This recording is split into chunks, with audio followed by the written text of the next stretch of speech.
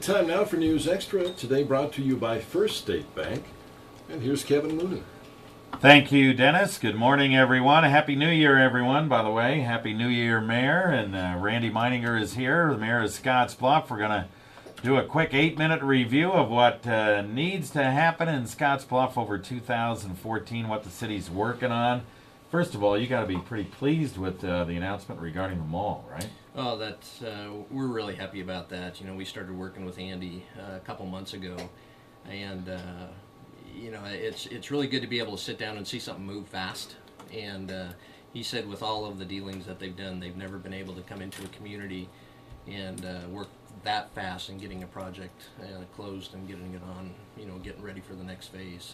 So pretty happy about that. Yeah, and it does seem like the things he's talking about doing it are actually really going to happen. I mean, the guy has a set plan on what he wants to do and seems to be moving, like you said, moving along very fast. Well, and he's already probably within 10 minutes of them signing the document. I had a phone call. I was down at the wideband conference down at Kearney, and so that was good to hear from him right off the bat and talk about some things that we're going to need to look at. You know, our council has been, and we want to be business friendly, and there's a few of our ordinance that may hinder that a little bit with some of the things that he wants to do. So we'll take those back, and we're willing to work with him and make some more things work. All right.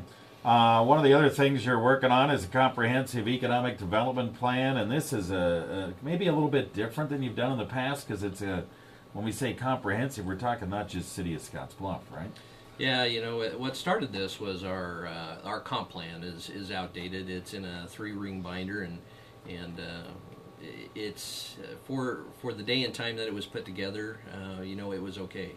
For now, we got to be looking more at a comp plan that has sets the policy for what things need to be done, instead of getting down and saying, you know, this has to be here, this has to be here, because we're in a global market, and you know, some of the businesses that we're going to be looking at and expanding aren't even in existence right now. So we got to be looking down the road.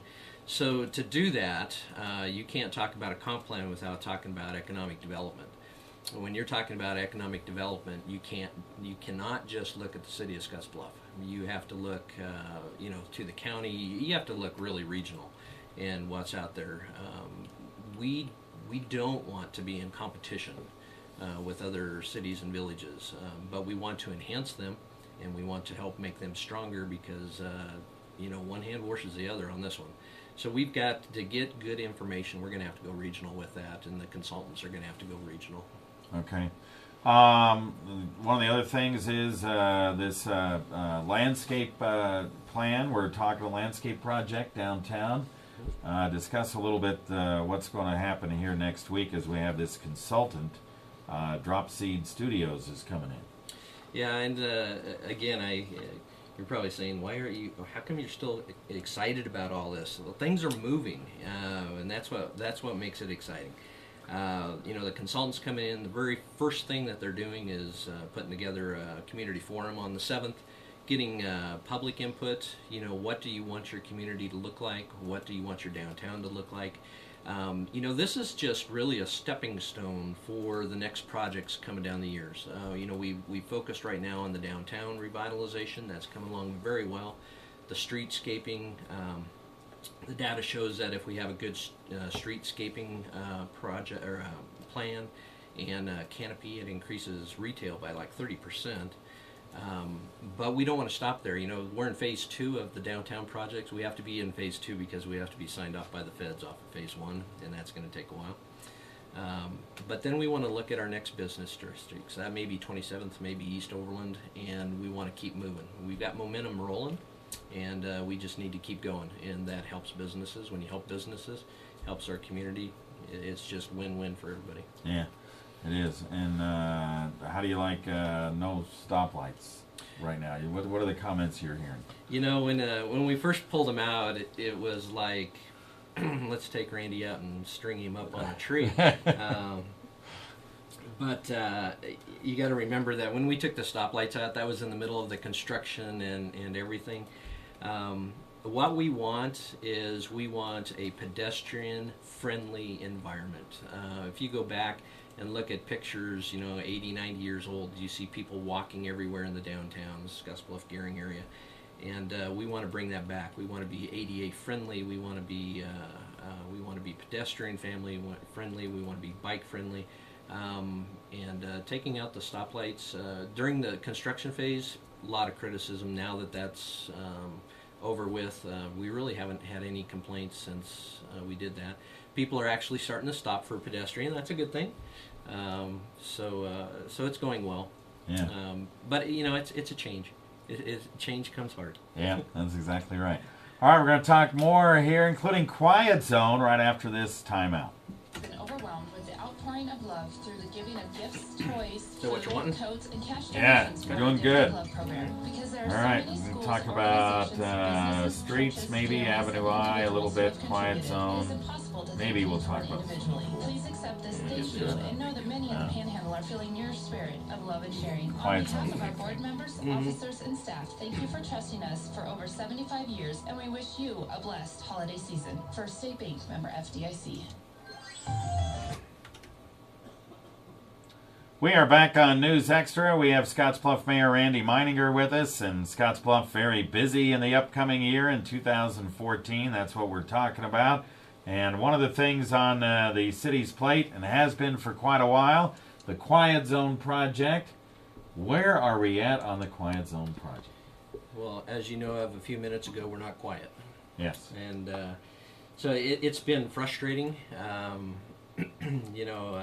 My mother always told me don't pray and don't ask God for patience because you'll be tested, and that's definitely what's happened here. Where we are with that is we've been compliant on every aspect of redesigning the roads to make sure that we have a 90-degree view of the tracks. We've moved some of the roads away from the tracks a little bit to be compliant. We put in the center island, which the center islands actually are the true safety component of this, so that you can't go around the gates. And that really needs to be our number one. Number two is of course the quiet zone. We were set to go quiet in June 4th of 2013, and Burlington Northern put the memo out to all their engineers. It was a done deal.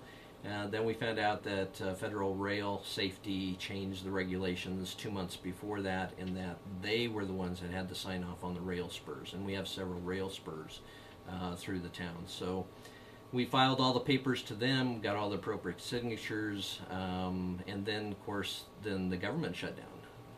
And so that put us behind there, and so after everybody came back to work, then we found out that of all of our government departments, there's only one person that actually does the rail safety part of it.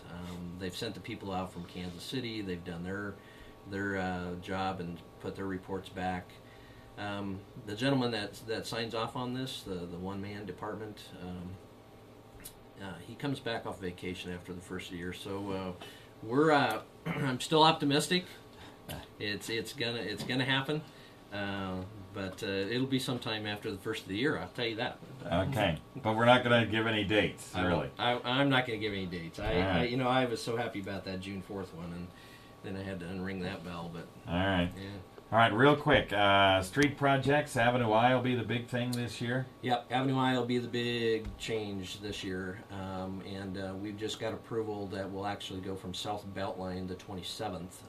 Originally, we were going to go from West Overland to 27th, so we're going to be able to go back a little bit further. Again, that'll be a mill and overlay.